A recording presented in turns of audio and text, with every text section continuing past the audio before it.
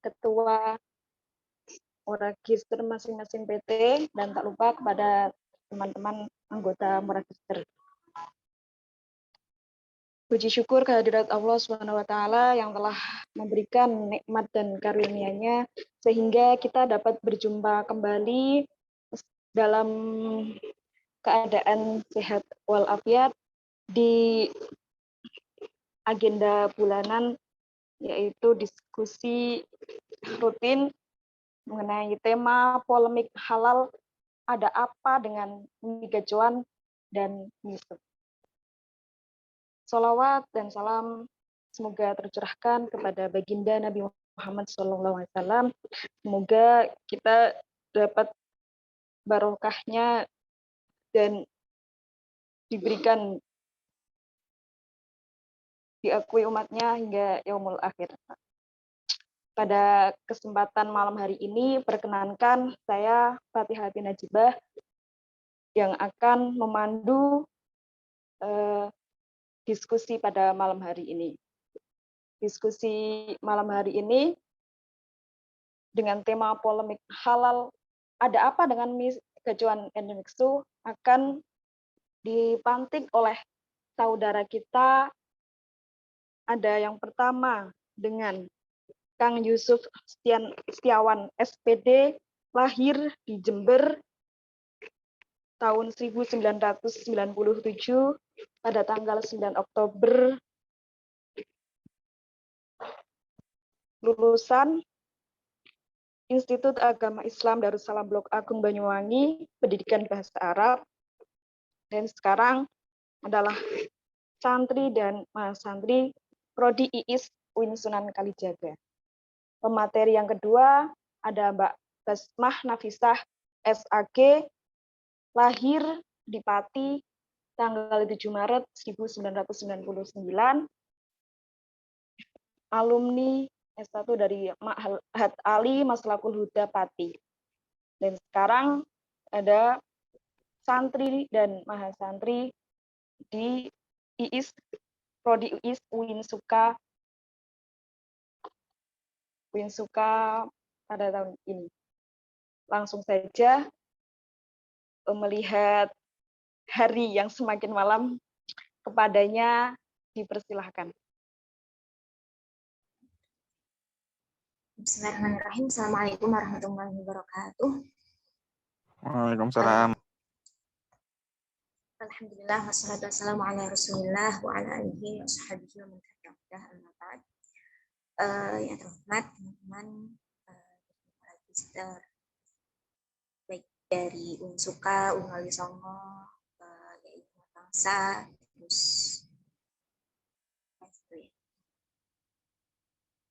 UNJ. Selamat bergabung dalam diskusi rutin Muragister pada malam hari ini. Terima kasih buat Mbak Nana yang jadi moderator pada malam hari ini. Di sini saya dan Yusuf nggak memberikan sudut pandang masing-masing. Saya memberikan sudut pandang yang detail, kemudian Yusuf memberikan sudut pandang tersendiri. Enggak, tapi di sini saya collab dengan Yusuf kerjasama berbicara tentang halal. Sebelumnya juga PSO juga sudah pernah ya mengangkat isu tentang halal dulu.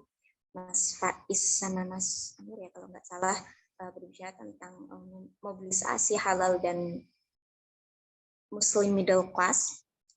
Waktu itu saya gabung di akhir sesi seingat saya, dan ada banyak harapan dari teman-teman untuk mengangkat isu halal kembali. Jadi karena itu pada malam hari ini kita akan membahas tentang isu halal. Di sini saya dan Yusuf menjadi pemantik, ya, bukan lebih ke pemantik sih, bukan narasumber seperti itu. Jadi mungkin langsung aja Mbak jalan itu. Berbicara tentang halal itu juga berbicara tentang regulasi halal. Dalam lingkup global sendiri, isu halal itu telah bermula sejak tahun 1970-an dan akan munculnya Islam di ruang publik. Itu juga kalau dalam global itu, revolusi Iran itu juga memberikan pengaruh atas regulasi halal di berbagai negara, tidak hanya di Indonesia saja. Dalam negara Indonesia sendiri dulu itu sudah ada sejak 1976. Jadi waktu itu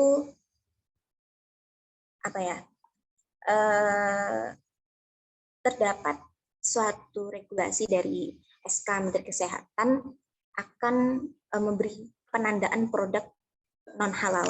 Itu bisa dilihat contoh di situ, diberi tanda mengandung babi untuk produk yang non halal.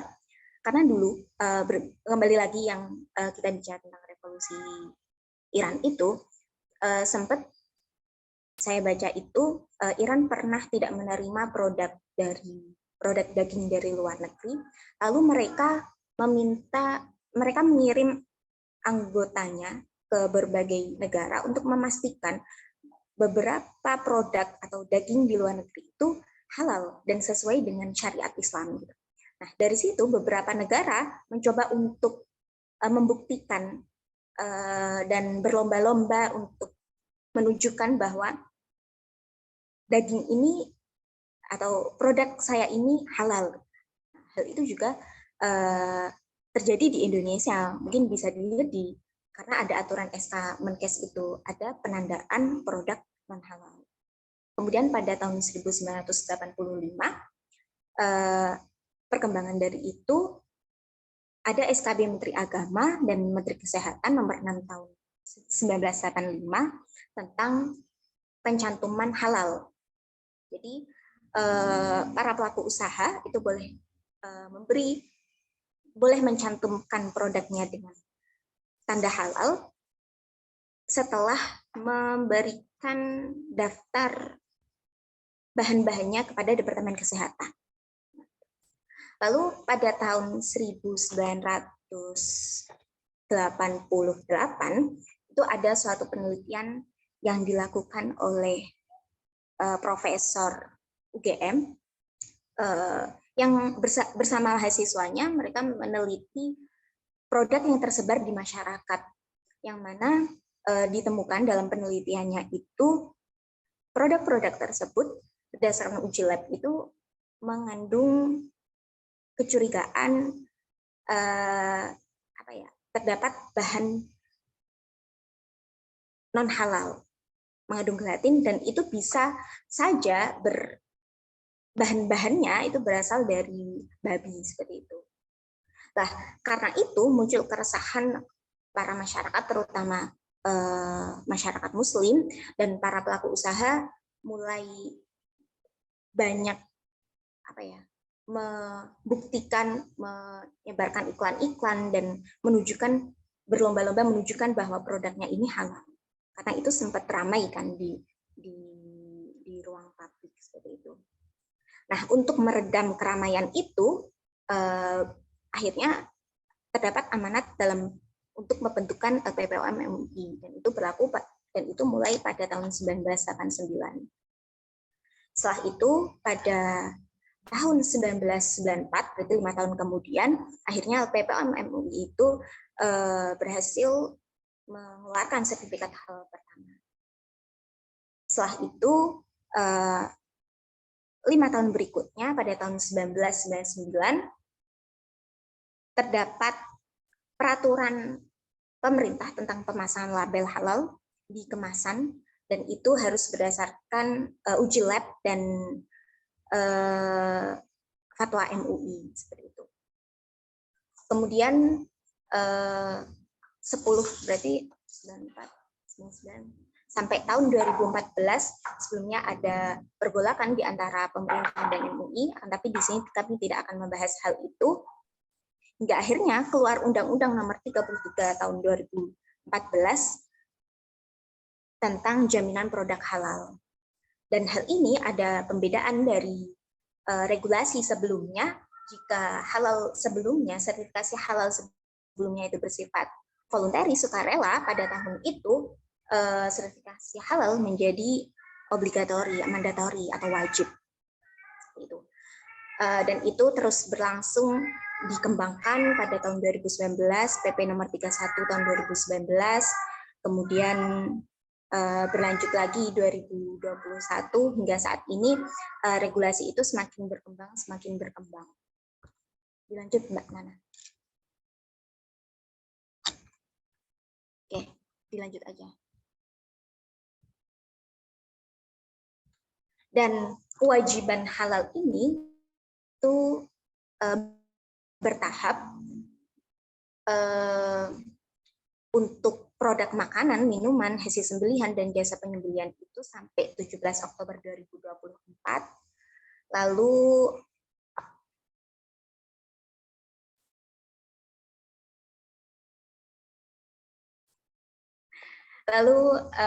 untuk obat-obatan, produk kimiawi, kosmetik, barang gunaan itu sampai 17 Oktober 2026. Terus untuk alat kesehatan itu 2029.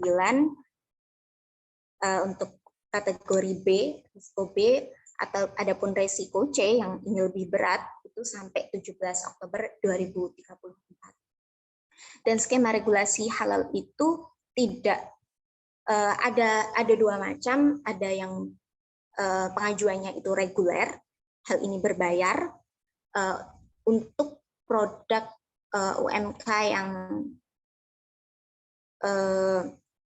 mengandung bahan titik kritis dan itu perlu pengujian lab, makanya berbayar. Lalu ada yang self declare, ini untuk UMKM yang gratis dan harus memenuhi syarat-syarat dan ada ketentuan syarat-syaratnya. Lalu bagaimana dengan mie gacoan dan mixu? Nah, ini monggo diteruskan oleh Yusuf.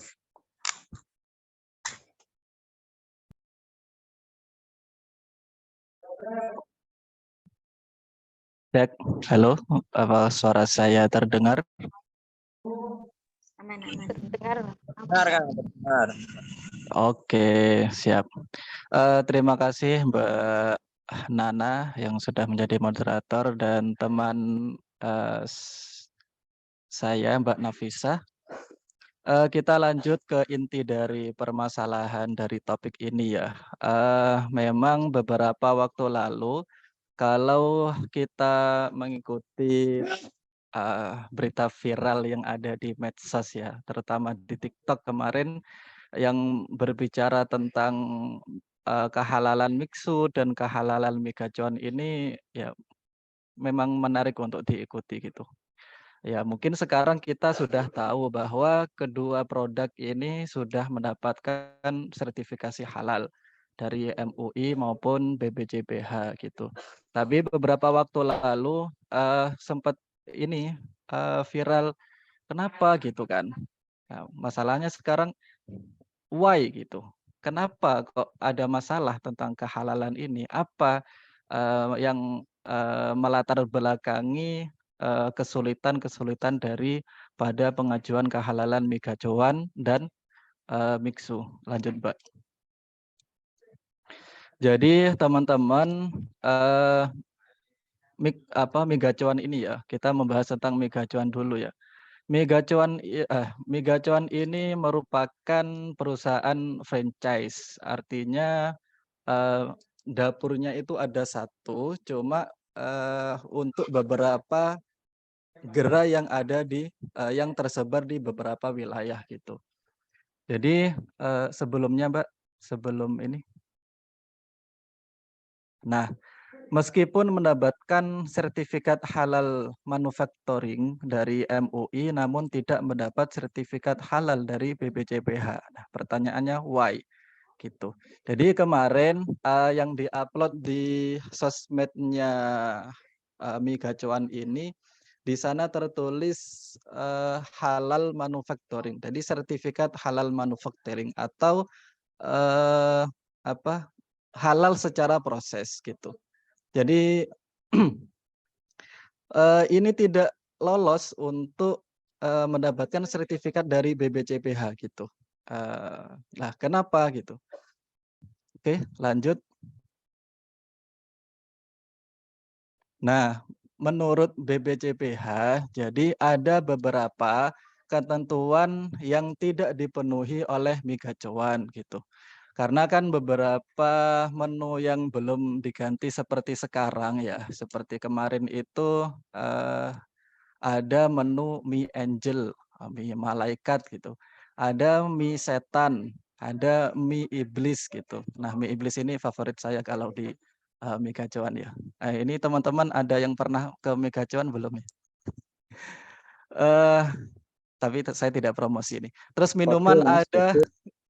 oh masa wes apa durung Mas ning mie gacoan? Wes pernah ngerasane Ya, belum? sering. Oh sering. Mantap. Favorit, favorit. Iya, mie iblis yang sekarang menjadi mie gacoan ya gantinya itu. Itu favorit itu.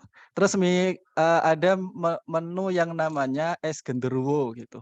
Terus es tuyul, es sundel bolong, ada es pocong. Nah, ini kalau kita lihat di dalam HAS atau Halal Assurance System, sistem asuransi kehalalan 2003 23.000 yang poin 1 itu bahwa di sana dikatakan merek atau nama produk yang didaftarkan untuk disertifikasi tidak boleh menggunakan nama yang mengarah pada sesuatu yang diharamkan atau mengandung kekufuran, kebatilan atau ibadah yang tidak sesuai dengan ketentuan syariah.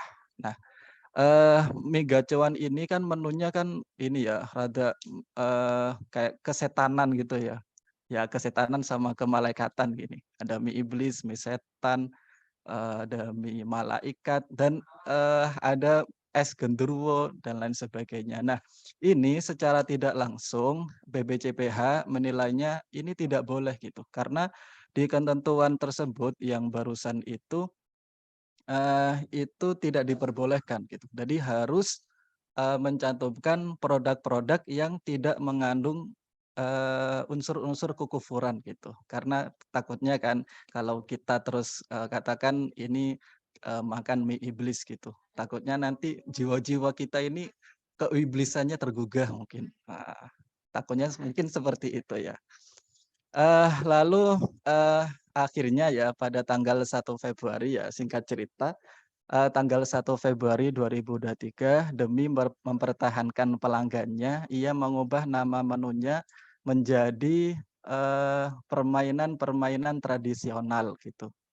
Nah, seperti mie angel ini menjadi mie sweet ya, sweet itu loh, apalagi nggak ning daerah sama apa lek ngarani sweet itu loh. Di home pimpa gitu kan. Terus mie setan menjadi home pimpa, mie iblis menjadi mie gacoan, terus minuman yang awalnya gendruwo diganti menjadi es gobak sodor. Tuh kalau zaman main dulu pakai bambu gitu terus dipukul gitu. Terus es pocong menjadi es petak umpet, es tuyul menjadi es teklek. Terus yang terakhir es sundel bolong menjadi es seluku batok. Nah, makanya ya kalau mie gacoan itu bisa mempertahankan konsumennya gitu, demi mempertahankan konsumennya, ya konsekuensinya dia harus mengubah produk-produknya itu gitu. Karena memang yang kita lihat tadi di HAS atau Halal Assurance System 23.000 itu tidak diperbolehkan gitu. Oke. Oke, lanjut, Mbak. Lanjut. Nah, ini dia, eee, apa itu, sertifikat halalnya dari mie gacoan. Jadi, untuk sekarang kita ketika, memakan mie gacoan sudah tidak perlu mempertanyakan ini halal atau tidak, gitu. Karena ini sudah tersertifikasi sama MUI, bahwa mie gacoan, dari bahan-bahannya, prosesnya, pokok semua yang ada di dapurnya sebelum berada di, franchise-nya itu sudah tersertifikasi halal, tok, gitu. Oke, kita lanjut ke gitu ya. Jadi tadi kalau kita bicara mie gacoan itu bermasalah dengan sertifikasi gitu ya. Karena beberapa waktu lalu, netizen kita gitu mempertanyakan, "Kok ini sudah buka banyak gerai gitu di beberapa wilayah. Ini halal apa belum gitu. Nah, sekarang kita sudah tahu. Kita lanjut ke polemik yang ada di MISU. MISU yang terkenal dengan malaikat pencabut ruko kosong ini ya. Di TikTok kemarin itu. Jadi di mana ada gerai kosong, disitulah MISU berada gitu. Beberapa waktu lalu juga di TikTok terutama ya, karena saya kan penggiat TikTok.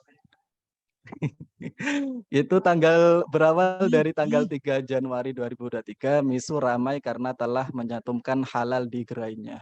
Nah, MISU ini kan pada waktu itu ya masih proses untuk pengajuan sertifikasi. Artinya pada waktu ini tanggal 3 Januari yang mana dia itu sudah mencantumkan keterangan halalnya di gerainya, itu masih dalam pengajuan kehalalan, proses kehalalan gitu. Masih diaudit nih produknya gitu. Karena produk ini kan dari Cina ya. Cina kan secara tidak langsung ya kita tahulah banyak takutnya mengandung B2 gitu, babi gitu. Nah, karena banyak nih turunan babi yang perlu teman-teman ketahui gitu. Seperti pork gitu kan. Pork itu ya daging babi loh, Rek, hati-hati, Rek. Terus ada swine gitu. Itu juga turunan babi. Jadi kalau semisal nih sampean di warung atau di restoran yang besar gitu, ada menu yang namanya pork gitu. Wah, hati-hati ini babi, Rek. Gitu. Ada swine gitu. Ada lagi bacon ini. Bakon atau bacon ya. Ini yang sering dijadikan daging bakar gitu. Kalau dipanggang gitu. Ini daging babi, Rek. Terus ada lagi sow milk, ini susu babi. Jadi babi itu juga punya susu gitu. Terus ada perselin apa persin ini. Nah itu. Jadi ada ini beberapa babi itu punya keturunan gitu. Punya daging turunan daging babi gitu. Jadi beberapa menu itu ditakutnya ya, termasuk MISU ini mengandung babi gitu. Makanya perlu untuk disertifikasi gitu. Nah, lanjut Mbak. Oke. Pada ini ya, jadi MISU ini sebenarnya sudah mengajukan sertifikasi halal sejak Juli 2023 ya. Berarti kalau ke Januari hampir 6 bulan gitu pengajuan halalnya itu prosesnya gitu. Dan karena desakan dari konsumen yang mempertanyakan tentang kehalalannya, ya mungkin dari manajernya itu senang mereka lihat itu sampai ini mic-nya Mbak Maryam masih aktif. Oke.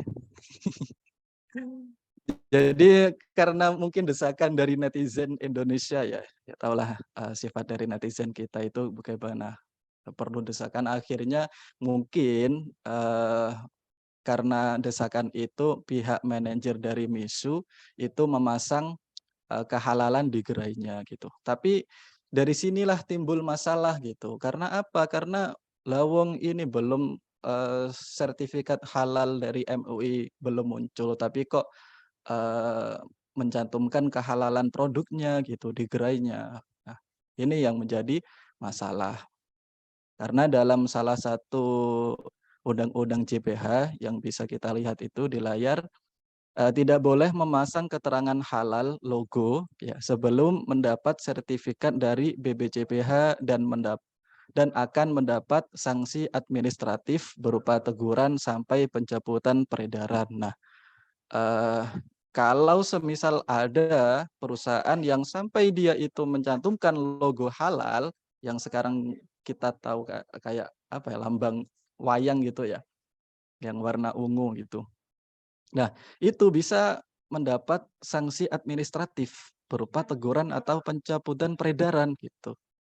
Nah, kalau MISU itu gimana gitu? Kalau saya lihat di awal berita viral itu ya, yang saya lihat di akun TikTok Mia yang diupload 3 Januari itu bahwa di video itu dia tercantum keterangan verifikasi itu, verval gitu. Jadi kalau semisal ada perusahaan nih mengajukan sertifikat gitu, mengajukan bahan-bahannya gitu. Nanti bakal diverval nih, verifikasi, validasi sama BPJPH gitu, dan nanti dikembalikan ke perusahaannya itu. Nah, ini surat ini ya yang dibuat sama Misu untuk memberi keterangan kepada konsumennya ini loh halal gitu. Padahal ini cuma verbal, bukan sertifikat, belum sampai fatwa dari MUI gitu. Nah, ini yang tidak boleh gitu. Jadi verbalnya itu di gerainya itu. Tapi saya nilai ini cerdas gitu ya. Karena gini juga gitu. Di dalam UU JPH ini yang tidak boleh kan logo halalnya ya. Tapi yang dicantumkan di gerainya itu cuma kayak pengajuan sertifikasinya gitu, bukan logonya. Karena yang tidak boleh itu logo gitu. Sedangkan yang ditempelkan di gerainya itu bukan logo, tapi pengajuan atau verbalnya si Misu gitu. Akhirnya ya itu lolos gitu, tidak mendapatkan sanksi administratif. Nah, baru setelah itu ternyata ada berita terbaru di daerah Jawa Tengah itu ada gerai yang memasang logo. Ini bukan verbalnya lagi, tapi logo. Akhirnya disitulah dari BBCBH atau dari LP POM itu menegur, ya, memberi sanksi kepada tokonya yang ada di gerainya yang ada di Jawa Tengah itu. Awalnya aman-aman aja ini gitu. Ternyata ada gerainya itu yang memasang logo halal. Padahal belum mendapatkan sertifikat halal gitu. Oke, lanjut, Mbak. Baik, Pak. Terus akhirnya, ini belum saya cantumkan ini ya, halal untuk Misu. Akhirnya singkat cerita pada tanggal 15 Februari itu MUI menyatakan dan Mixu telah mendapatkan fatwa halal BPJPH pada tanggal 16 Februari 2023 gitu. Jadi akhirnya sertifikat dari Misu, ya bacanya jangan lupa Misu itu Mixu. Misu itu mendapat sertifikat halal dari MUI dan BPJPH. Bisa sama lihat di laman IG Misu Indonesia gitu. Baik, mungkin itu saja yang bisa saya sampaikan. Kurang lebihnya mohon maaf, saya kembalikan kepada moderator. Terima kasih kepada Mbak Basmah dan Kang Yusuf yang telah memantik kita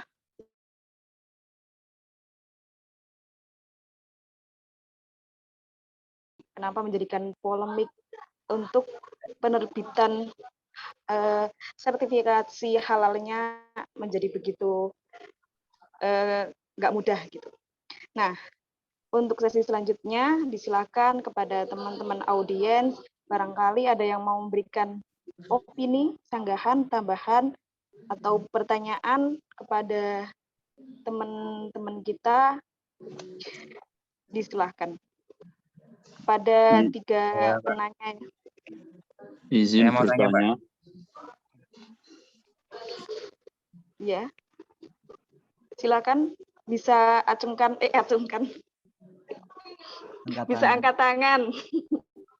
maaf, bisa angkat tangan kepada Kang siapa nih?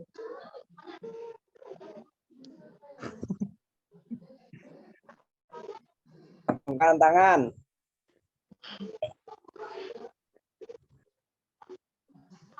Angkat tangan, Kang Madi, silakan. Mau bertanya? Oke, ngapunten untuk moderator, ini izin untuk masuk. Nah, untuk diskusi mungkin hampir sama seperti yang kemarin untuk sesi awal ini, mungkin tidak langsung ke pertanyaan, tapi menanggapi pemaparan dari apa yang disampaikan oleh pemantik Kang Yusuf dan Mbak Soko tadi. Ini Mbak sangat sangat menarik. Sangat menarik sekali untuk didiskusikan karena polemik halal ini memang harus digaungkan ke masyarakat umum karena memang yang kita butuhkan memang sertifikasi halal bukan sertifikasi haram karena barang yang haram kan wis otomatis kan wis kelihatan tapi yang halal ini yang disediakan di menu yang disediakan di meja makan sama yang di dapur ini kan sangat berbeda. Ada mungkin salah satu restoran ataupun rumah makan yang di pinggir-pinggir jalan itu memang dia di ruang tamunya atau di bagian penyajiannya itu kelihatannya sudah halal tapi kita nggak tahu di dapurnya ini apakah ada campuran-campuran barang yang haram ataupun atau istilahnya tadi yang tidak disetujui oleh MUI ataupun dari Kemenak yang BPJPH itu. Nah, ini yang menjadi istilahnya keuntungan bagi kita yang muslim khususnya untuk lebih berhati-hati. Nah, kalau sudah disertifikasi ini kan otomatis dari tracking bahan, tracking istilahnya penyajian, tracking di pengolahan pun itu sudah jelas karena itu di situ di istilahnya di draftnya pengisiannya pun juga ada semuanya. Mungkin ini diskusi yang sangat menarik untuk disampaikan nanti untuk pertanyaan-pertanyaan yang lainnya bisa menanggapi karena Kang Yusuf ini sudah melihat dari awal bagaimana Mixu itu polemik awal jadi kayaknya di scroll itu TikToknya itu dari Mixu sama Migacuan ini. Kalau saya ngikuti yang Mixu itu karena itu sudah sempat ramai. Mungkin itu dari saya nanti dari pertanyaan yang lainnya. Ini untuk nanggepi pemateri ini sangat top pokoknya. Derek kula pokoknya. Ya, terima kasih kepada Kang Madian yang telah memberikan tanggapannya tadi mengenai polemik Migacuan dan Mixu. Selanjutnya, mangga kepada teman-teman yang mau memberikan opini, tanggapan lagi atau bertanya. Tadi ada Kang siapa ya? Mas Bro itu sebelum Kang Wahyu ini sebelumnya ada yang angkat tangan mau bertanya atau memberikan tanggapan, memberikan masukan. Mas Emil. Ya, kritikan. Siapa tadi atas nama Kang Mas Bro itu? Kang siapa itu?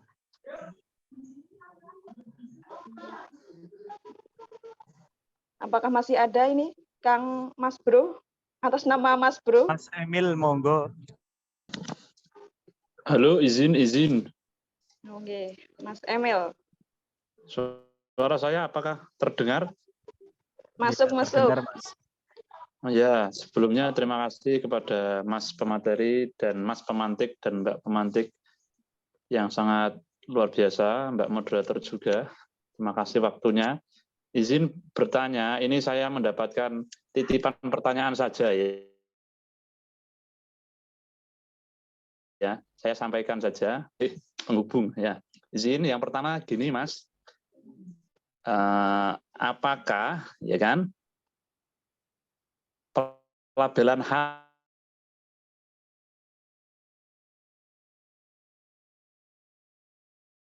yang sejauh ini itu dipakai di syariat bisa dijadikan indikator jaminan bahwa produk itu benar-benar halal. Nah, itu yang pertama, Mas. Yang kedua, ini agak lucu tapi tidak usah tertawa ya, teman-teman. Ini. Jadi apakah berpengaruh terhadap kehalalan makanan jika dalam marketingnya atau penjualannya ataupun prosesnya itu terdapat faktor X, dalam artian mungkin penglaris atau misal biasanya kan ada kan beli bakso terus ada yang lihat itu ada air liurnya lah, ini apakah berpengaruh atau tidak ini? Nah ini matur suwun ngoten mawon. Terima kasih kepada Kang Emil nggih. Gimana ini untuk pemateri, pemantik mau langsung dijawab atau menunggu dari ada teman yang mau bertanya dulu? Menunggu dari teman aja, Mbak. Ya, Mbak Basma ya. Nunggu dari teman-teman aja. Nunggu selesai Enggak, sesi. masih dibuka lagi untuk sesi tanggapan. Sesi pertama ya, tadi ada Kang Madi, yang kedua ada Kang Emil. Barangkali mau menambahkan, mengurangi, bertanya, beropini boleh, dan sebagainya kepada teman-teman. Tadi terkait Migacuan dan Mixu. Kenapa sih Misu?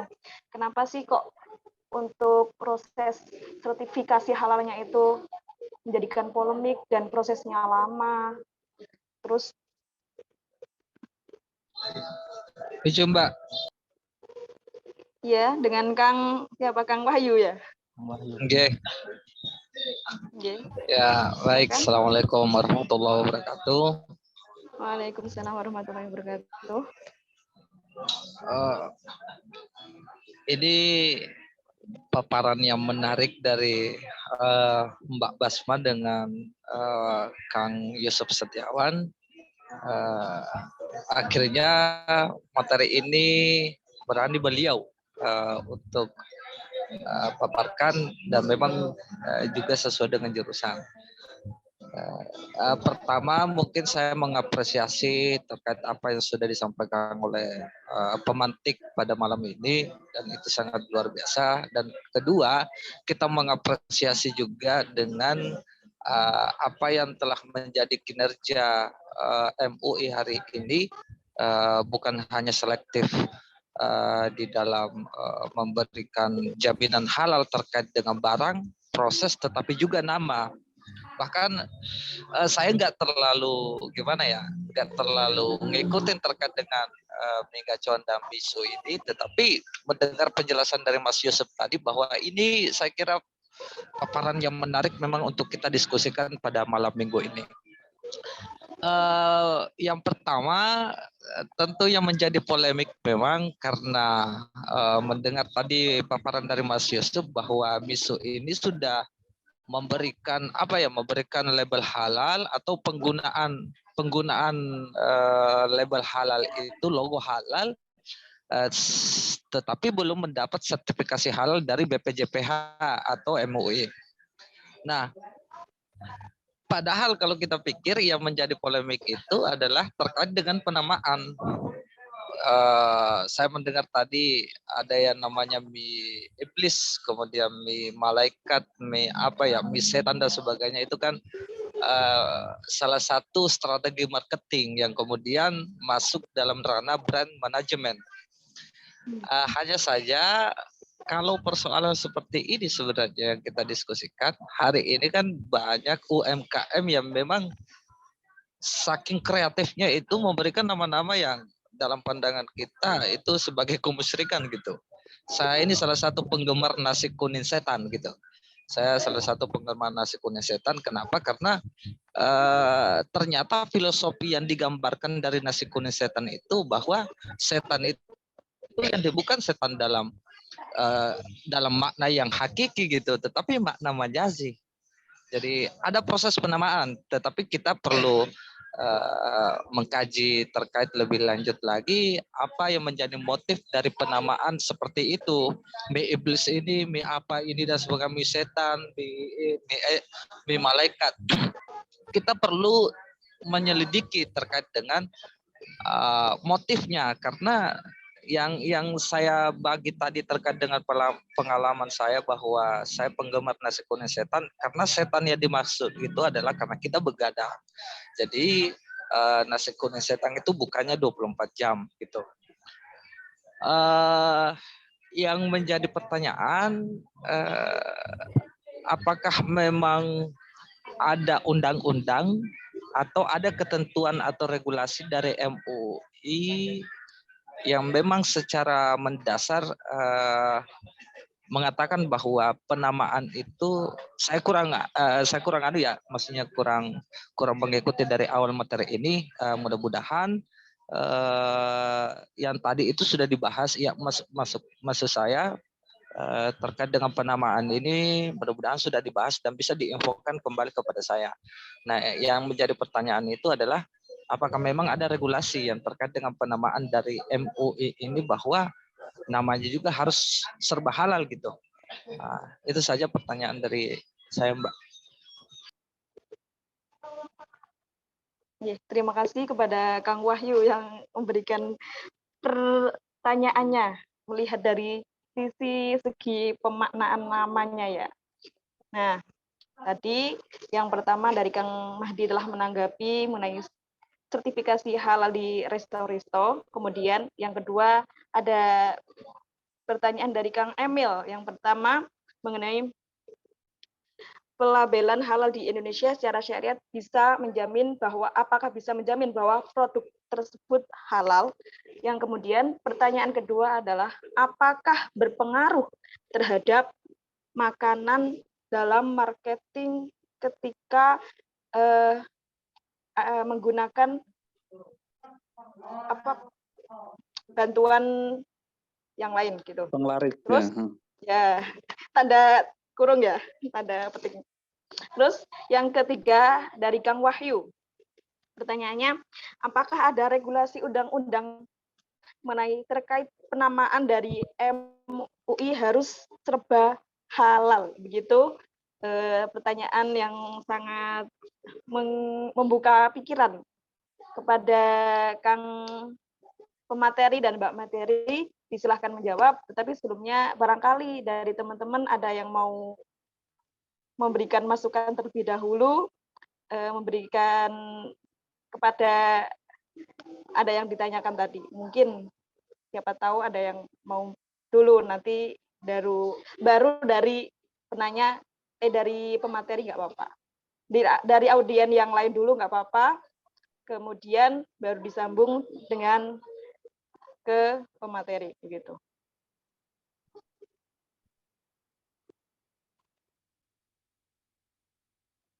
Cek. Nggak ada ya? Nah, langsung saja kepada pemateri. Baik, terima kasih kepada teman-teman, Mas Dian dan siapa tadi Pak yang kedua? Ada Kang Wahyu. Oh, Kang Wahyu satunya? Yang ini pertanyaan Kang Emil. titipan. Oh, Kang Emil. Kang Emil. Terima kasih Kang Emil atas pertanyaan dan supportnya dari teman-teman. Jadi saya berusaha untuk menjawab ya. Ya, semoga ini bisa memuaskan untuk teman-teman. Jadi perlu saya jelaskan bahwasanya dalam regulasi halal ini ada yang namanya evolusi halal. Gitu. Dari mungkin dulu kita sudah percaya bahwa kalau produknya Muslim pasti halal, gitu kan? Iya bukan? Katakan, oh, lah wong tetanggaku lah wong Muslim, masuk produknya gak halal gitu kan? Nah, itu. Jadi dulu ya sebelum adanya gerakan sertifikasi ini ada yang namanya Muslim Company. Jadi ini merupakan sebuah apa ya? Apa itu namanya? Transaksi yang berbasis atas kepercayaan. Kalau sampean Muslim, ya produknya pasti halal lah gitu loh. Masuk Muslim katanya mencampurkan dengan babi gitu kan. Nah, yang penting atas dasar kepercayaan itulah ya kita menamai produknya ya halal gitu, menilai produknya pasti halal gitu. Nah, lanjut ke yang sekarang ini nih. Indonesia ini sekarang lagi kejar-kejarnya sertifikasi halal kan. Nah, itu masuk ke evolusi namanya halal produk. Jadi bagaimana Indonesia itu gencar-gencarnya mencari pelaku usaha monggo untuk melakukan sertifikasi halal. Apalagi sekarang ini ada sertifikasi halal untuk UMK self declare namanya, itu gratis. Jadi sehati sertifikat halal gratis. Jadi mungkin dari teman-teman yang punya produk makanan ya, khususnya makanan ini, atau saudara jenengan yang mau mengajukan sertifikasi halal UMK ya, untuk usaha menengah kecil ya, mikro kecil itu UMKM. untuk UMK Mbak. Itu mengajukan sertifikatnya halal gratis gitu. Jadi bagaimana sekarang semua produk sebanyak-banyaknya itu untuk mengajukan sertifikasi halal gitu. Ini namanya halal produk gitu. Masuk ke evolusi selanjutnya nanti bakal insya Allah Indonesia tahun 2024 ini akan menggelakkan halal supply chain. Jadi bukan hanya berbasis kepercayaan, bukan hanya berbasis produk ini sudah tersertifikasi apa belum gitu, tapi lebih ke oh ini bahan bakunya dari mana ini gitu. Mungkin prosesnya oke aman dari najis gitu, tidak berbahan mengandung babi katakan seperti itu. Tapi bagaimana nih untuk transaksinya gitu? Apakah ini pakai uang halal atau pakai uang haram? Atau pakai bagaimana nih? Jadi lebih ke keuangannya syariah atau enggak gitu. Karena kan yang namanya halal itu bagaimana dari awal bahan ya kita mendapatkan sampai ke mulut konsumen itu sudah terjamin halal. Makanya mungkin ini bisa menjawab dari pertanyaan yang pertama tadi berkaitan dengan logo halal. Jadi untuk sekarang kita bisa menilai dari produk itu halal atau enggak bisa dilihat dari logo. Atau kalau enggak, ya ini saya sedikit tips gitu ya. Jadi kalau semisal sampean menemukan produk yang ragu gitu, ini sudah halal atau belum, bisa sama cek di laman Si Halal ya. Si Halal di situ bisa ada jenis makanan, saya mencari nih, itu misal ketoprak gitu, halal apa enggak ini gitu. Nah, Mas di situ ini ya ada mereknya ya. Semisal ketoprak Sapen gitu. Atau mie apa ya?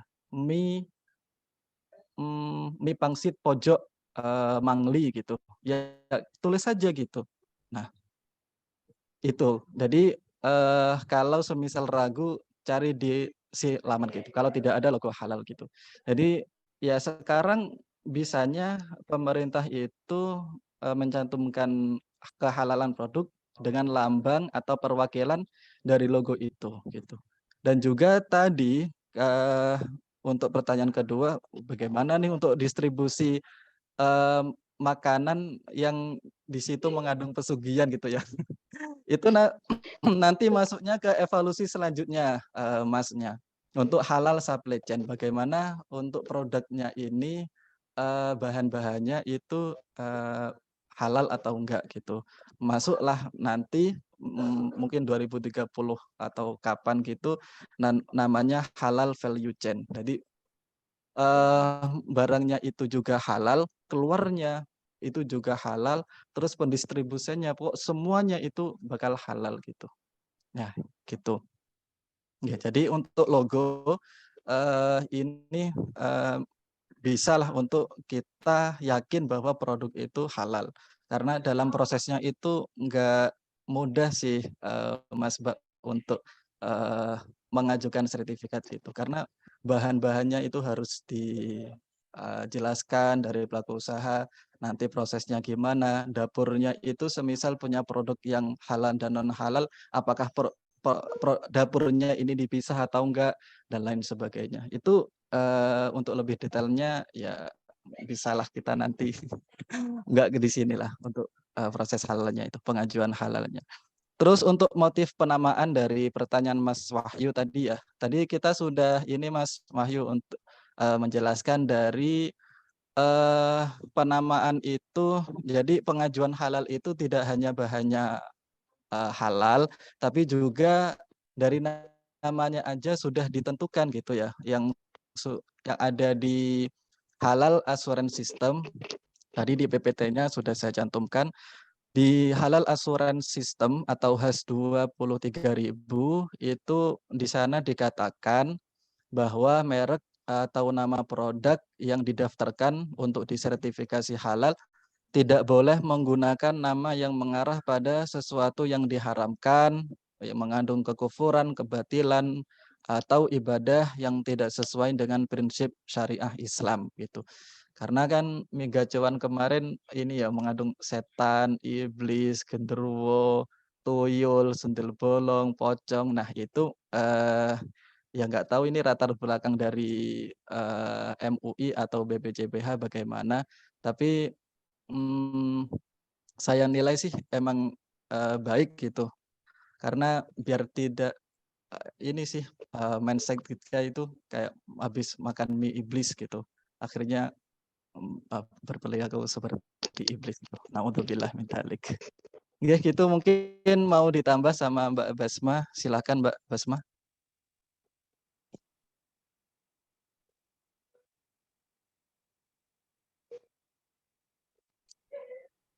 Mbak Basma.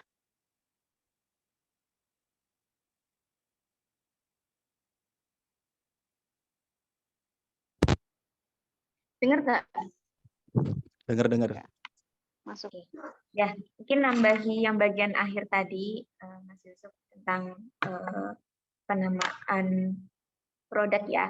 Hal itu juga dicantumkan, maksudnya udah difatwakan oleh MUI nomor 4 tahun 2003 tentang standarisasi fatwa halal. Tadi udah disampaikan Yusuf. Jadi ada beberapa poin di dalam fatwa itu, ada 7 poin. Nah, poin yang keempat tentang standarisasi fatwa halal itu terkait penggunaan nama dan bahan. Jadi yang pertama, tadi disampaikan Yusuf, tidak boleh mengkonsumsi dan menggunakan nama dan atau simbol-simbol makanan yang mengarah kepada kekufuran dan kebatilan. Terus yang kedua, tidak boleh mengkonsumsi dan menggunakan nama dan atau simbol-simbol makanan yang mengarah kepada nama benda, binatang yang diharamkan, terutama babi dan komer, kecuali telah mentradisi huruf dan dapat dipastikan tidak mengandung unsur-unsur yang diharamkan seperti nama bakso, bakwan, bakpia, bakpao. Nah, itu ya itu terkait penamaan. Tapi memang di fatwa MUI ini yang saya dapatkan itu tidak dicantumkan ibarahnya, tapi kami coba cek itu ternyata di Al-Fiqhul Islami wa Adilatuhu Syekh Wabai Zuhaili itu memang menyebutkan makruh hukumnya memberikan nama-nama yang buruk. Tapi dalam kitab itu merujuk pada pembahasan tentang maulud, tentang apa ya, anak, nama anak. Entah ini mungkin diilhakkan dengan kasus itu atau bagaimana. Nah, kalau terkait tentang mie setan dan sebagainya, apakah nanti akan menjadi uruf di Indonesia gitu? Kalau kemarin kayak mie setan di mie gacoan yang hal itu ditunda sertifikasinya karena nama itu berarti belum diterima secara uruf. Kecuali kalau memang nantinya mungkin ya mie setan itu bisa, atau sesuatu yang tambahan setan itu udah mungkin diterima secara bisa aja. Tapi untuk saat ini ya belum uruf kaulan gitu. Nah, itu tambahannya. Mungkin teman-teman Mbak Nana di sini ada senior kami kayak Mas kucingnya Mbak Basma, oh ya Allah.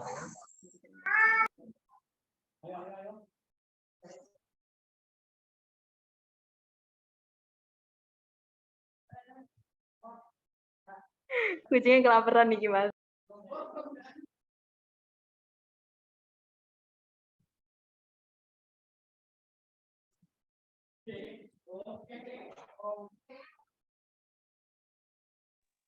Terima kasih kepada Mbak Basma yang telah menambahkan terkait tadi jawaban pertanyaan dari Kang Emil, Kang Wahyu. Selanjutnya dibuka sesi kedua untuk pertanyaan tambahan atau tanggapan. Mangga, ada Kang Umar Hasibuan dan Mas Bro. Disilahkan. Kang Umar terlebih dahulu. Oke, terima kasih. Kedengaran? Ya, masuk. Baik, terima kasih. Assalamualaikum warahmatullahi wabarakatuh.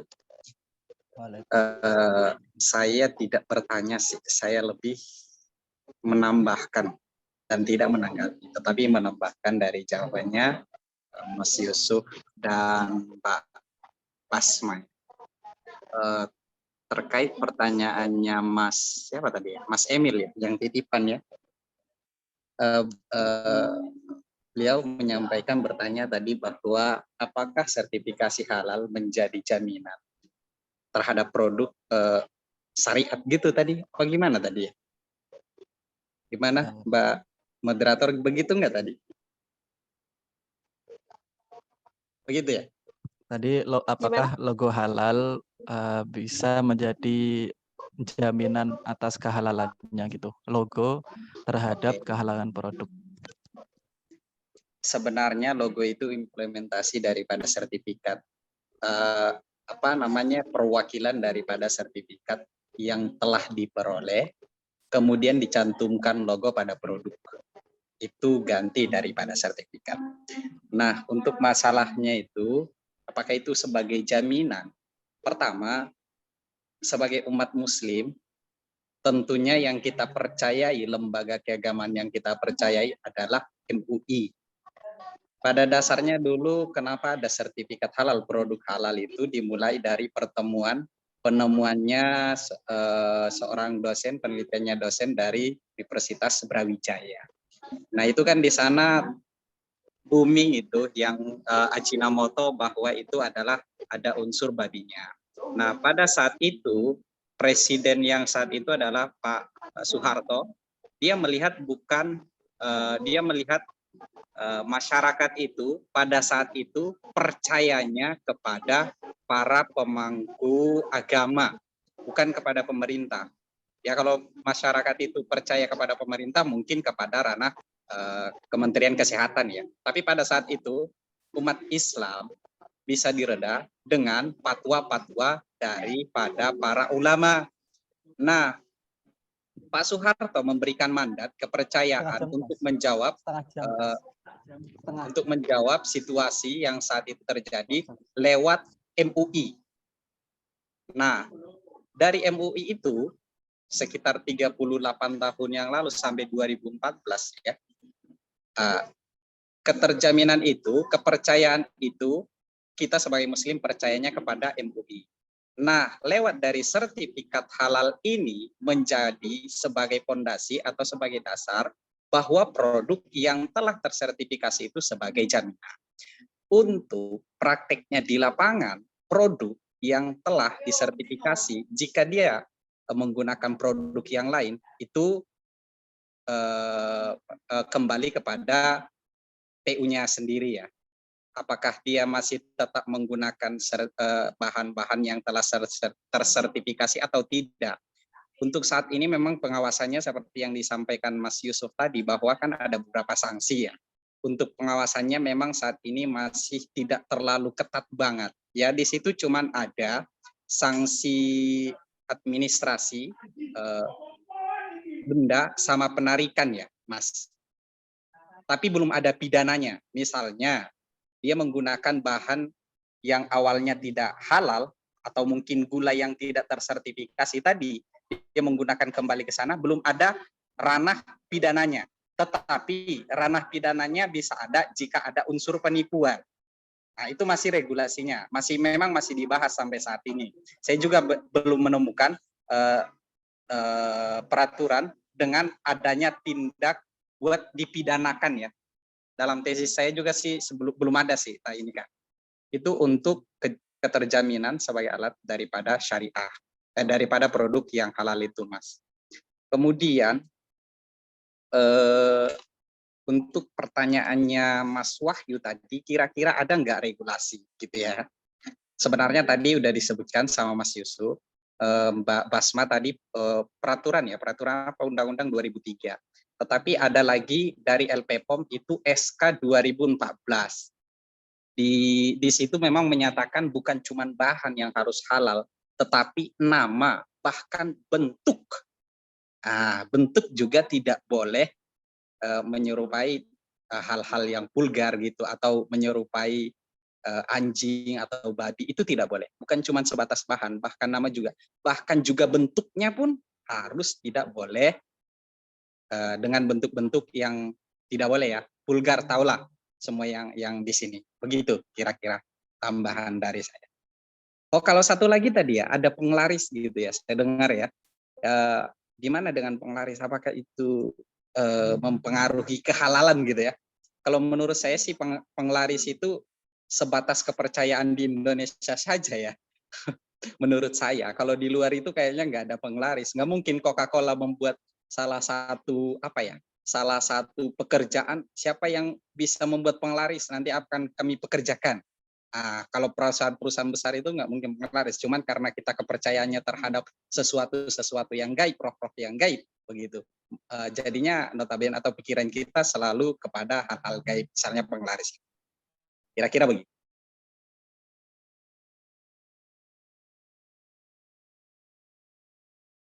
Terima kasih kepada Kang Umar yang telah menambahkan tadi mengenai pentingnya sertifikasi halal dari asal muasalnya. Selanjutnya kepada Mas Bro, disilahkan untuk memberikan tanggapan atau masukannya mengenai polemik halal. Oke, terima kasih Mbak. Langsung aja ya, saya itu sebenarnya mau tanya. Tadi kan kita itu membahas polemik yang terjadi di kedai makanan ya, itu namanya mie gacoan dan Miksu ya. Miksu. Nah, itu yang jadi pertanyaan. Ya, yang jadi pertanyaan saya itu kan kita tahu kan dua-duanya itu merupakan makanan yang viral kan. Kan sebelum ada polemik halal tidaknya itu sudah dikonsumsi banyak orang, gitu kan. Nah, kira-kira sebagai umat muslim kita bagaimana menyikapi hal itu. Jadi sebelum kita tahu itu halal atau haram, ya, halal atau tidak halalnya, apakah kita itu boleh dengan serta-merta mencoba? Tuh, sedangkan kita belum tahu bahwasanya itu halal atau tidak. Oke lah kalau misalkan kasusnya untuk mie gacoan, polemiknya hanya di nama, gitu kan. Lah sedangkan kalau di Misyu atau Miksu, ya, tuh whatever lah pokoknya itu namanya apa.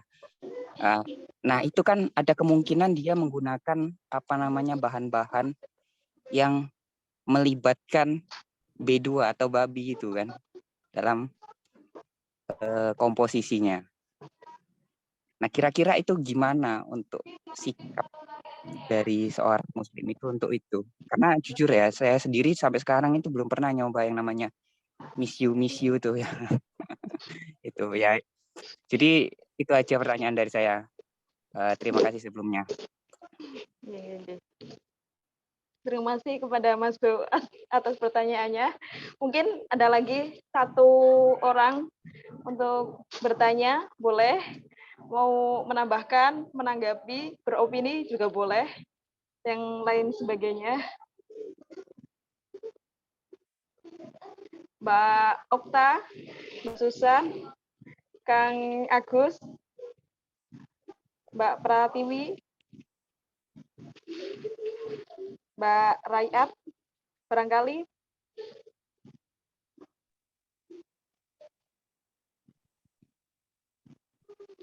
Mbak Nana, bukannya ada perwakilan per kampus itu kayak itu nggak sih dulu di SOP-nya? Iya, bentar lah setelah sesi ini berakhir, nah nanti ada sesi dari masing-masing perguruan tinggi untuk memberikan statement gitu.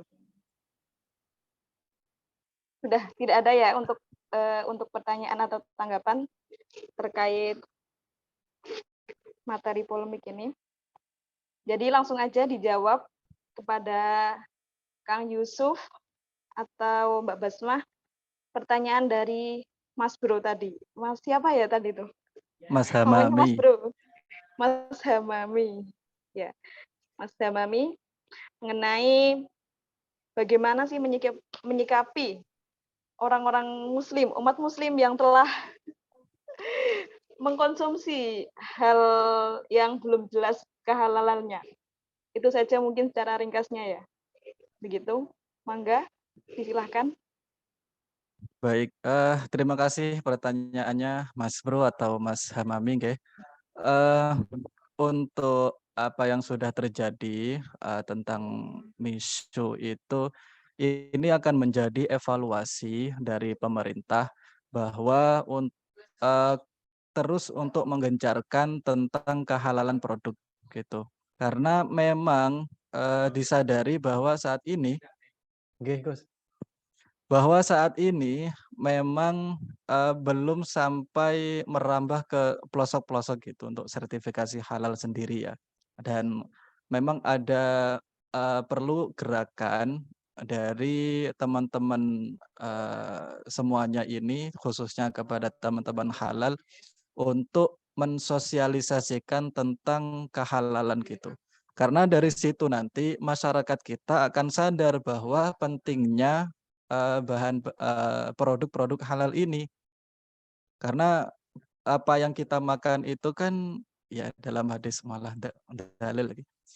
Dalam hadis itu kan apa yang kita makan akan mempengaruhi terhadap perilaku kita gitu. Jadi gitu sih. Saya menilainya karena itu pilihan masing-masing. Tapi itu juga menjadi PR pemerintah untuk terus menggencarkan, menggerakkan, dan menyebarkan sosialisasi tentang kehalalan produk gitu. Karena memang masyarakat kita ini luas banget gitu, Mas. Karena tidak cukup mungkin 4 tahun ini ya sampai 2024 itu untuk meningkatkan kesadaran tentang kehalalan gitu. Saya rasa itu memang belum cukup gitu. Tapi setidaknya itu sudah menjadi langkah awal untuk pemerintah menggiatkan tentang kehalalan produk. Terima kasih. Itu jawaban dari pertanyaan Kang Hamam mengenai bagaimana menyikapi tentang kehalalan dari suatu produk makanan. Adakah tambahan dari Mbak Basmah? Oh ya, saya sepakat dengan yang disampaikan Yusuf tadi, Mbak. Jadi yaitu emang jadi tugas dan PR kita. Ya. Saat ini. Nah, akan tapi bagaimana sikap kita? Apa kita atau Harus tobat. Kembali ke kembali ke keyakinan masing-masing. Sebenarnya adanya sertifikasi halal ini kan ini hanya jaminan dan itu hak konsumen kita mendapatkan jaminan sertifikasi halal itu. Kalau memang di situ belum jelas hukumnya, itu kan syubhat ya. Monggo kalau syubhat di antara ya dan enggak, halal dan enggak, kita kan nggak tahu. Itu ya kembali ke diri masing-masing sih. Monggo pilihnya. Terima kasih. Itu saja mungkin dari sesi diskusi pada malam hari ini. Selanjutnya adalah sesi statement dari masing-masing perguruan tinggi. Silakan dari perwakilan PT UNJ ini belum ada suaranya. Disilahkan untuk memberikan statement terkait mengenai polemik halal, sertifikat halal. Silakan. Tadi ada Mbak Nur Aisyah Jamila, kemudian Kemudian ada Mbak Raiat.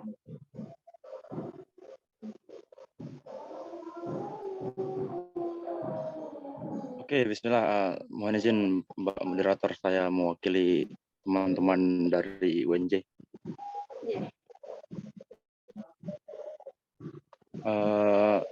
Terus saya terdengar ya? Terdengar, Mas. Oke, siap. Tidak banyak yang saya ingin sampaikan. Jadi dari apa yang sudah disampaikan pemateri dan hasil diskusi dari yang pembahasan terakhir, saya berarti masalah kesimpulan mengenai sikap kita kembalikan kepada diri masing-masing. Tidak mungkin juga kita tiap masuk warung makan kita mau bertanya apakah ini halal apa enggak gitu. Tiap warung makan kita tanya dulu seperti itu apa enggak. Jadi kan berarti kembali daripada diri kita masing-masing untuk memilih makan di tempat yang kita tuju. Nah, kemudian yang saya ingin saya harapkan ini karena pembahasan ini menarik dan masih banyak, dalam arti masih hangat, masih digencar-gencarkan oleh pemerintah dalam hal ini MUI untuk melaksanakan sertifikasi halal. Saya harap ke depannya mungkin dari rekan-rekan Winsuka yang dalam arti khusus di bidang itu masalah halal ini, ke depannya bisa dilanjutkan materi-materi terkait seperti ini. Karena saya jujur juga, kayak saya kemarin sempat ikut sebagai pendamping itu, produksi halal. Jadi dengan adanya saya bersyukur, dalam arti saya menunggu materi-materi yang terkait dengan kelanjutan hal ini. Dari saya cukup, saya kembalikan kepada moderator. Terima kasih.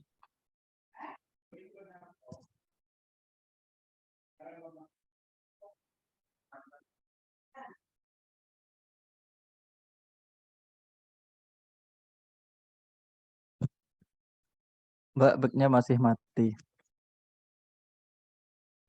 Iya, maaf Bang. Ya, terima kasih kepada perwakilan UNJ. Selanjutnya kepada Uin Wali Songon, disilakan untuk memberikan statementnya. Maaf ya, terdengar berisik tak? Ada suara gendring. Apakah kedengaran dengan jelas? Jelas. Jelas, Mbak, jelas. Dari Uin Wali Songo, ada tadi Kang Mas Bro, Kang Agus,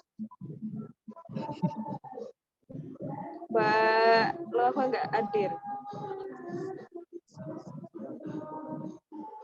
Angga, disilakan.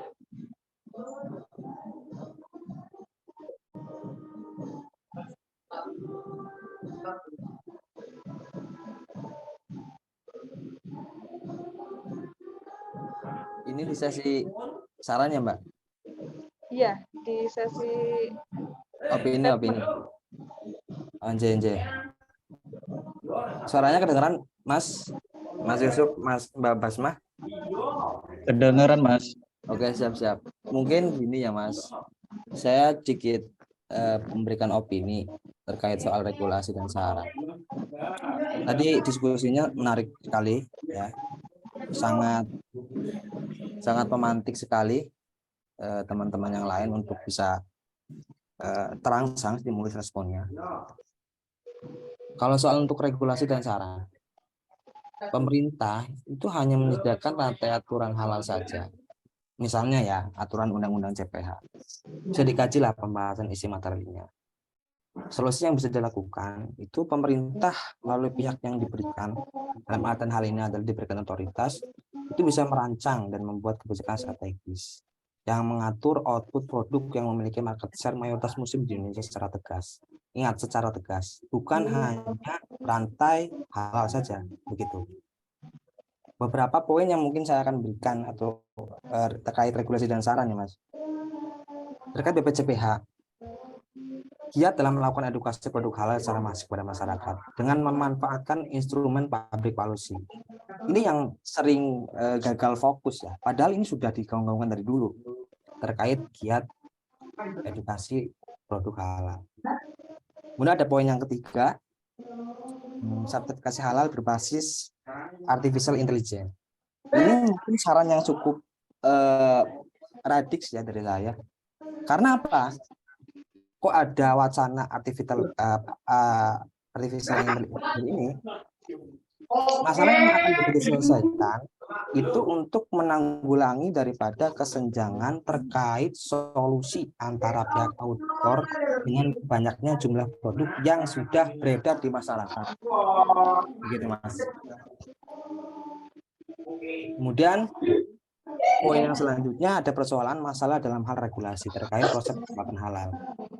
Yang tadi saya sudah katakan bahwasanya impian kita atau ya istilahnya santri ya memimpikan terkait halal lifestyle, terkait perkembangan produk halal yang secara masif di Indonesia, tapi instrumen penegakannya tidak dibarengi dengan hal-hal yang strategis, itu akan sia-sia.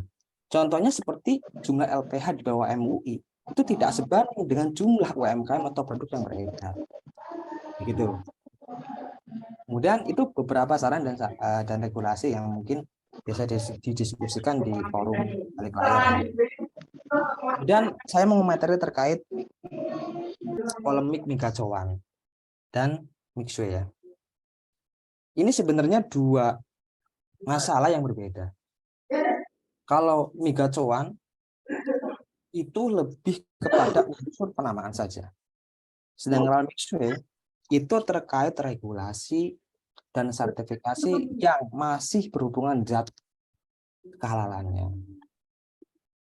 Saya tidak akan mengomentari terlalu jauh terkait polemik ini. Cuma yang mungkin akan saya berikan diskusi untuk bisa dilanjutkan terkait topik ini, apakah kriteria yang ditetapkan oleh LPPOM MUI dalam melegalkan kehalalan dapat dibenarkan? Itu yang menjadi titik poinnya. Kan begitu. Makanya saya di chat obrolan itu terang-terangan ya. Berada di garda terdepan dalam hal membela migacuan. Yang dibahas dalam migacuan itu bukan terkait zatnya. Ya, secara sertifikasi sudah disertifikasi. Tetapi yang jadi polemik adalah penamaannya. Nah, ini LPPOM MUI, apakah dalam melegalkan kehalalan dapat dibenarkan, kan begitu secara syariah. Kalau menurut saya, menyimak daripada hasil Rasul Masail LPMNU Jawa Barat itu mengatakan migacuan dengan tetap menggunakan nama seperti itu tetap halal dan boleh dikonsumsi oleh masyarakat. Bisa dilihat di Fiqhul Islami wa Adilatuh li Zuhaili juz 8 halaman 6391. Kemudian ada Munil Mukhtas juz 6 Sahifah 142. Itu mengatakan bahwasanya di sini tidak ada bahasa larangan. Paling pol mentoknya itu waktu krohu. Ya, bahasa dimakruhkan. Begitu. Kemudian ada karohatu as-sadidah, itu bahasa paling pol. Nggak sampai ke taraf harus dirubah begitu. Yang jadi polemik adalah LPPOM MUI. Yang mungkin bisa dikaji ulang secara regulasi. Itu mungkin sedikit poin soal regulasi dan mungkin saran dari saya. Mungkin sekian Mbak Fatin, monggo. Terima kasih Kang Betul tambahan masukannya ya, semoga kedepannya kita sebagai penerus bangsa bisa melanjutkan seperti apa yang tadi digagaskan oleh Kang Betul mengenai kedepannya bisa sertifikasi, bisa berbasis dengan AI seperti yang digaungkan akhir-akhir ini, memang semuanya berbasis AI. Kemudian tentang perlunya edukasi sertifikasi halal terkait untuk pengkonsumsian halal gitu. Tadi ada Kang Abrar ya yang mengangkat tangan untuk menambahkan atau bagaimana? Mbak, saya tambah sedikit dong.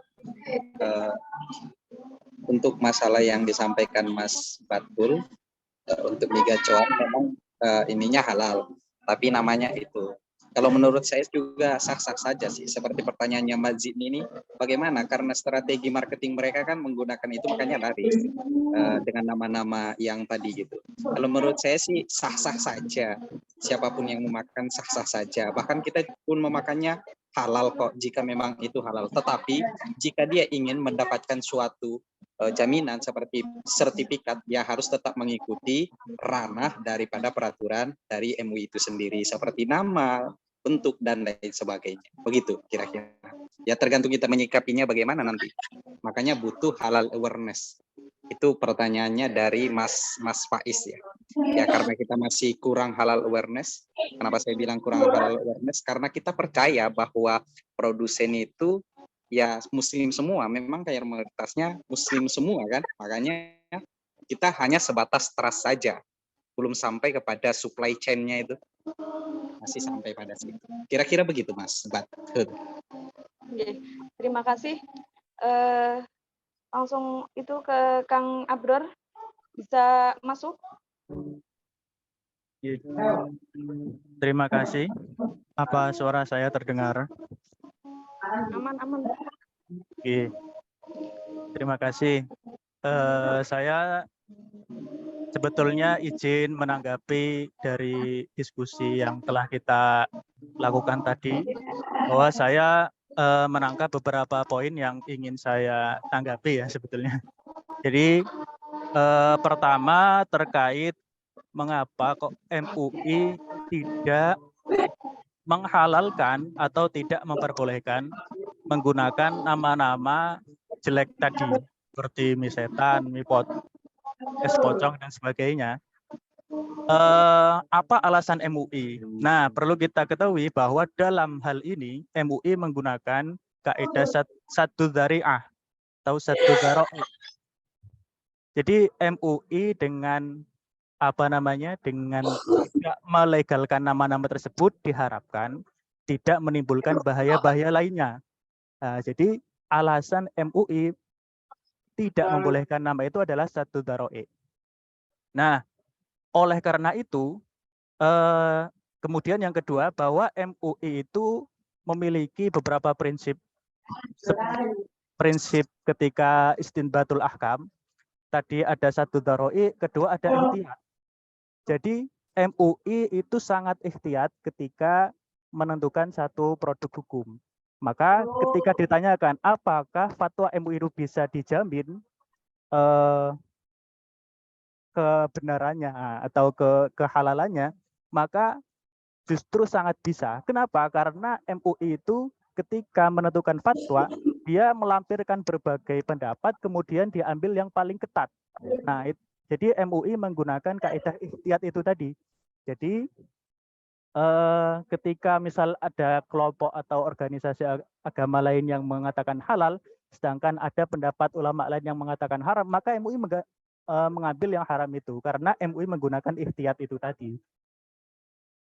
Termasuk MUI tidak memperbolehkan produksi sesuatu yang di situ mengandung babi, walaupun di akhir hasilnya, hasil finalnya itu zat babinya sudah hilang. Seperti contoh vaksin AstraZeneca.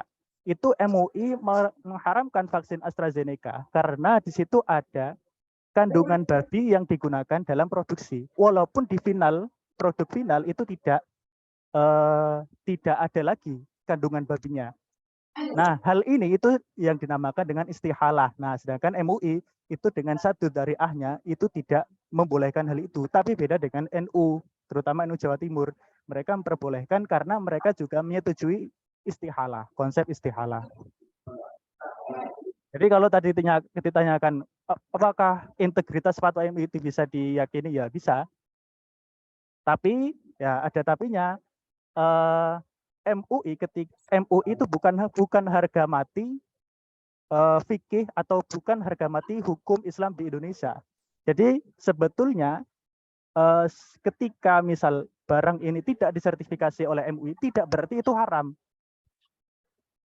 Nah, karena hanya saja fatwa MUI inilah yang diregulasi, yang diakui oleh pemerintah. Padahal sebetulnya masih banyak fatwa atau hukum Islam, pendapat hukum lain yang berbeda. Nah ini, jadi fatwa ini tidak perlu dijadikan harga mati, hanya saja itu pendapat hukum yang diregulasi. Jadi kalau tanya, terus bagaimana kalau kita makan mie gacoan atau mise yang dulu belum disertifikasi halal? Ada kaidah begini, di dalam satu hadis ketika sahabat Rasulullah itu bertamu kepada umat Yahudi, kemudian umat Yahudi itu menghidangkan makanan daging. Nah, kemudian sahabat Rasulullah itu tanya, bagaimana hukumnya kami makan daging ini? Kemudian Kanjeng Nabi jawab, Samillaha tsummakul. Sebut nama Allah, kemudian makanlah. Jadi karena itu tidak disidangkan oleh orang Yahudi, berarti kan itu entah itu nyembelihnya bagaimana, apakah itu daging babi, tidak kalau daging babi kelihatan ya. Cuman apakah itu disembelih dengan benar, tidak perlu ditanyakan sampai itu. Cukup samillaha tsummakul. Jadi ketika kita ragu akan satu barang, atau kita yakinilah, misal misri itu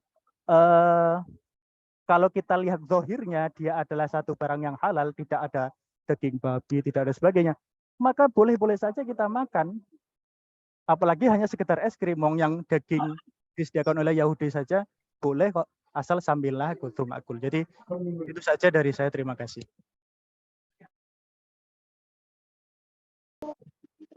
Terima kasih kepada Kang Abror yang telah membukakan tadi terkait mengenai fatwa MUI, naik dalil dan sebagainya yang lebih menguatkan. Nah, semua itu tergantung dari sisi orang memandangnya masing-masing ya. Ya udah, yang penting kita yakin gitu aja. Kalau menurut saya. Terus selanjutnya ini ada Kang Wahyu mengangkat tangan. Ya, izin Mbak. Ya. Izin menambahkan, saya sangat sepakat apa yang disampaikan oleh Mas Abror bahwa fatwa MUI itu tidak harus dijadikan sebagai harga mati ya. Sebab memang betul yang dikatakan oleh Mas Badul juga tadi bahwa bahsul masail yang dari Jawa Barat ya kalau nggak salah, itu membolehkan terkait dengan penamaan sepanjang proses dan barangnya itu memang terjamin halal. Ini kan hanya proses penamaan. Makanya saya tadi sampaikan bahwa proses penamaan itu adalah salah satu strategi marketing, terlepas dari syariahnya, itu strategi marketing dalam wirausaha. Sebab memang mencampur baurkan kedua ini memang agak sulit juga sih sebenarnya, karena satu yang bergerak di wirausaha, satu yang memang di syariah juga, tetapi bukan berarti kita harus meninggalkan syariahnya. Hanya saja memang kita harus mengapresiasi bahwa MUI sangat memikirkan terkait kemaslahatan umat hari ini. Cuma lagi-lagi seperti itu Mas, bahwa tidak harus penamaan itu dijadikan sebagai landasan hukum juga, sebagai regulasi, sebab memang setiap UMKM hari ini itu bebas berekspresi terkait dengan usahanya, bahkan memberikan penamaan terkait dengan mie setan dan sebagainya ya. Barangkali memang punya makna filosofis yang tidak kita pahami. Itu tergantung dari founder, owner, ataupun influencernya. Makanya saya tadi katakan juga bahwa saya ini salah satu penggemar nasi kuning setan, itu karena ada makna filosofis bahwa bukan setannya, tetapi proses begadangnya itu yang dimaknai sebagai setan, itu yang dimasukkan sebenarnya. Makanya dari paparan Mas Abror dengan Mas Badul ini memberikan memberikan klimaks bagi saya terkait dengan diskusi kita pada malam hari ini. Nah, kemudian yang kedua, saya mungkin memberikan sedikit pandangan yang agak radikal juga sih sebenarnya, karena kita ingin menggabungkan berbagai perspektif pengetahuan gitu.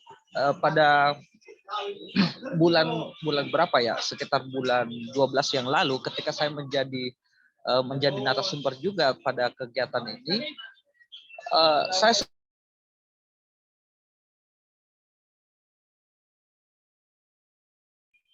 yang sangat tinggi sumbangsinya terhadap PDB negara.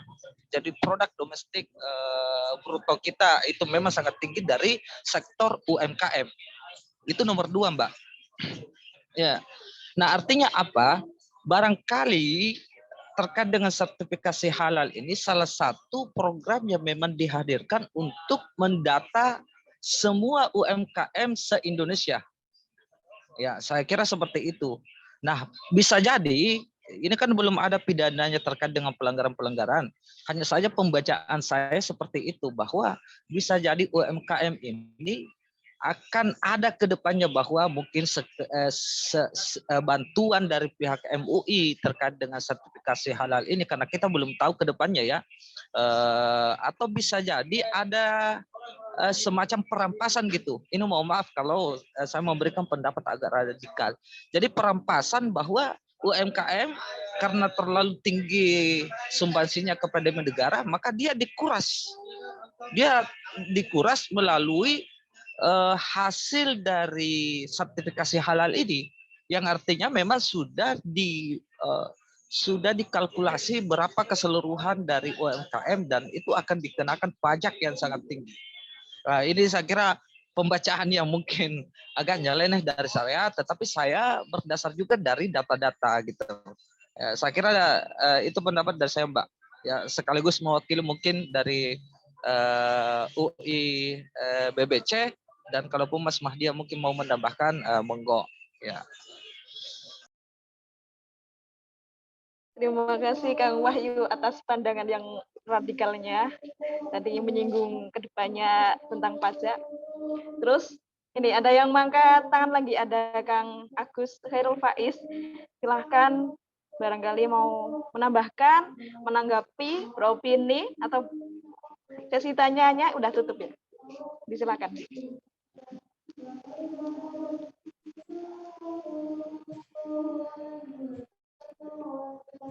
Oke, terima kasih.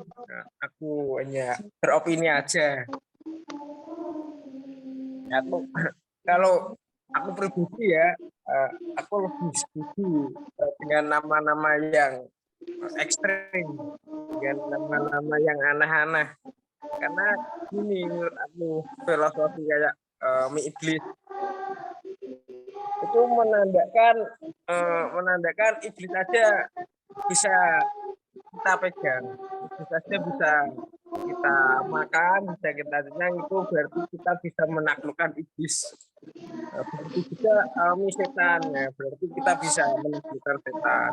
Walaupun kita belum bisa menaklukkan setannya sendiri, tapi dengarnya kan kita bisa menaklukkan setan ya dengan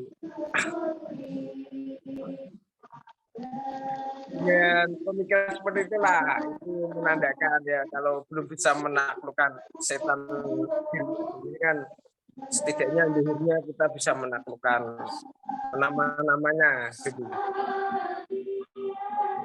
Ya itu opini aku sih, itu menurut aku ya ngawur. Terus sama itu nama-nama malaikat ya, itu juga bagus itu. Nah, malaikat itu makhluk yang nggak pernah salah dan makhluk yang menurut, tapi ada beberapa malaikat yang nggak menurut sih, nggak menurut, pakai prinsipnya sendiri juga ada ya. Itu juga menandakan biar hati kita bisa seperti malaikat, bisa nurut kepada dosen, kepada orang tua ya. Ya begitulah opini saya. Udah, terima kasih, gitu aja. Mohon maaf apabila ada yang aneh-aneh. Matur suwun, terima kasih.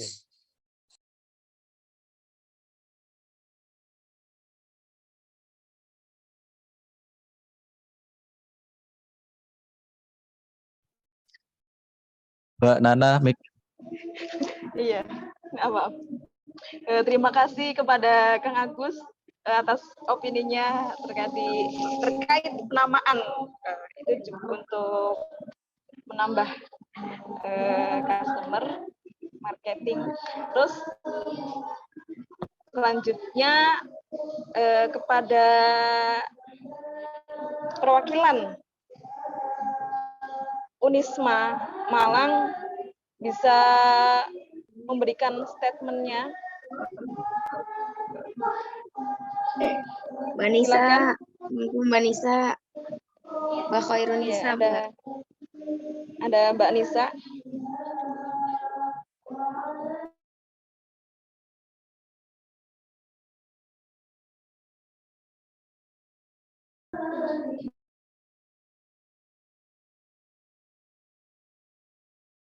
Ada Mbak Nisa, terus Mbak Maskana.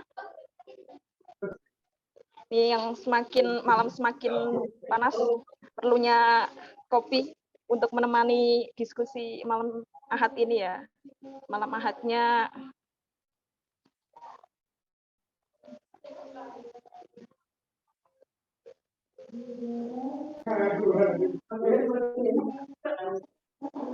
ini mana ini? Ada siapa lagi ini yang dari Unisma? Berdua doang, Mbak. Tadi kayak ada Mbak siapa ya? Iya. Ya udah Mbak Okta aja lagi. Mbak, aku tadi habis ditinggal. Makasih, Mbak. Kesempatannya yang diberikan.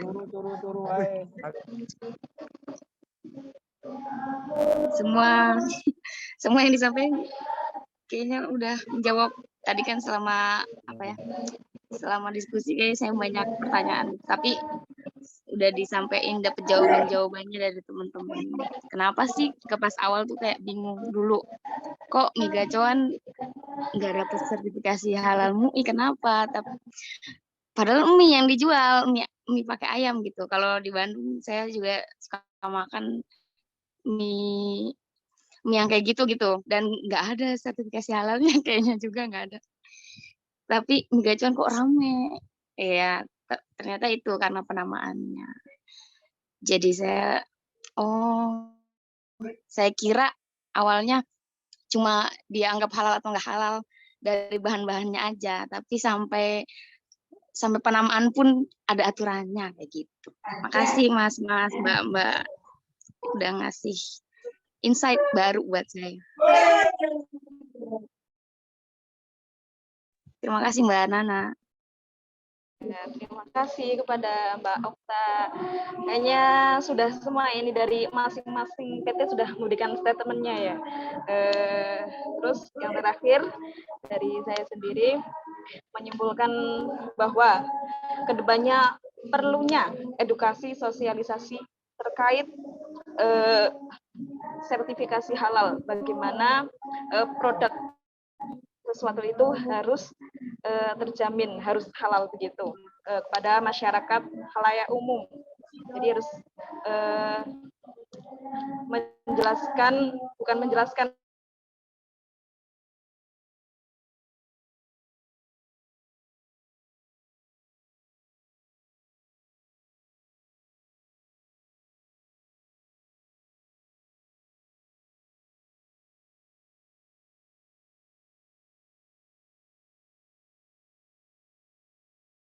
harus yang halal thayyiban begitu, yakin semuanya. Yang mungkin entah itu dari segi untuk penamaan yang meskipun menyimpang barangnya halal, lah itu dari masing pribadi orang-orang, dan harus hati-hati ketika melihat produk yang belum halal ketika kita mengkonsumsinya. Itu saja kalau dari saya. Dan yang terakhir, silahkan dari para pemateri untuk memberikan statementnya.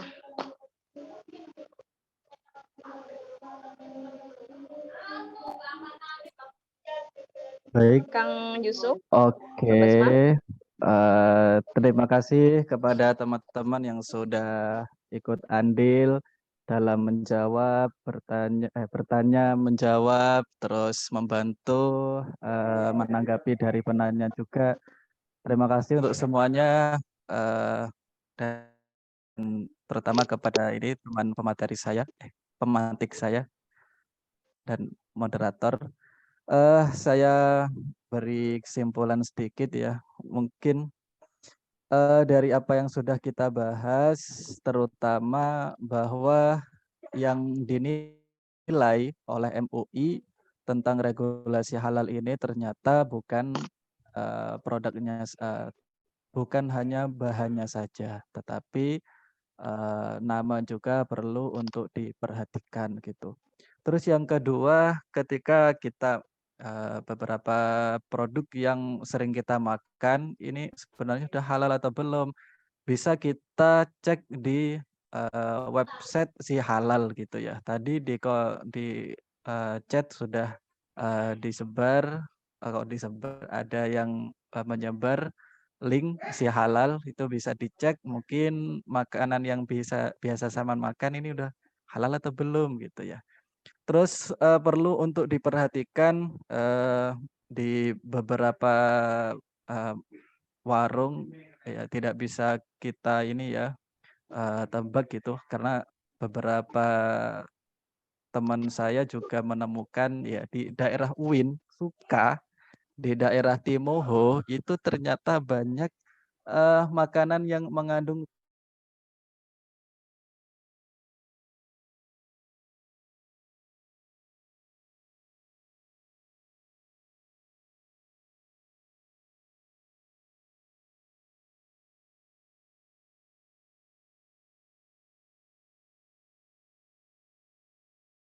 Di Jogja kurang tahu. iya Jalan gitu. Timoho ya. Dan tidak juga terhadap pembeli juga ya, juga perlu meningkatkan kesadaran untuk pelaku usaha untuk mengajukan sertifikasi halal gitu. Karena di samping itu menjadi jaminan untuk konsumen, sertifikasi halal itu bisa jadi nilai tambah bagi mereka. Mungkin itu yang bisa saya sampaikan. Terima kasih semuanya. Monggo dilanjut Mbak Basma. Terima kasih semuanya. Jadi tadi sebelum setelah kami menyampaikan materi, saya challenge sama Yusuf kok agak garing ya gitu kan. Tapi akhir-akhir cukup ini yang kami tunggu-tunggu dari teman-teman itu tadi. Ya, sekedar tambah ya, tidak tambah sih, mengulangi lagi. Jadi memang apa ya, BPJPH itu kan dalam regulasinya masih terus mengalami perkembangan dan perubahan kayak gitu kan. Dan hal ini bukan tugas kita bersama yang mau menyumbangkan pagernya dari atau mungkin tenaganya dari bidangnya masing-masing mungkin, dan hal ini tidak hanya sekedar karena memang meskipun memang ada unsur ekonomi ataupun unsur politis halal ini, kan tapi tetap ada pertimbangan kemaslahatan bersama yang harus kemaslahatan agama dan kemaslahatan bersama yang harus kita perjuangkan. Terima kasih.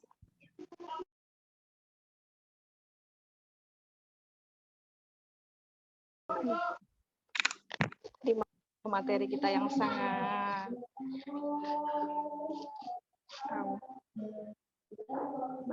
untuk sesi selanjutnya adalah foto bersama. Tapi sebelum foto bersama, sebelumnya terima kasih banyak kepada semua para audiens, para pemateri yang telah mengikuti jalannya acara pada malam hari ini pada sesi diskusi bersama. Terima kasih dan mohon maaf sebelumnya apabila dalam mengiringi dalam teman-teman semua banyak khilafan tutur kata yang kurang berkenan. Mohon maaf. Saya akhiri. Wallahul muwaffiq ila aqwamit thoriq. Wassalamualaikum warahmatullahi wabarakatuh. Waalaikumsalam warahmatullahi wabarakatuh. Salam. Monggo Mas on cam. Abror. Siap, on cam, on cam. Ya, teman-teman bisa on cam Kode kameranya. Mas Abror, Ya. kode. Ye, saya on cam. Satu, 2, 3.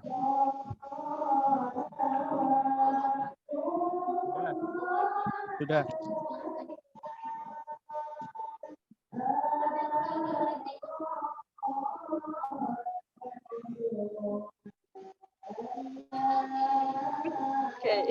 Izin live.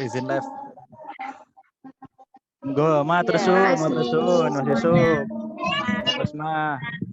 Matur Selamat suksma, latihan. matur suksma semuanya.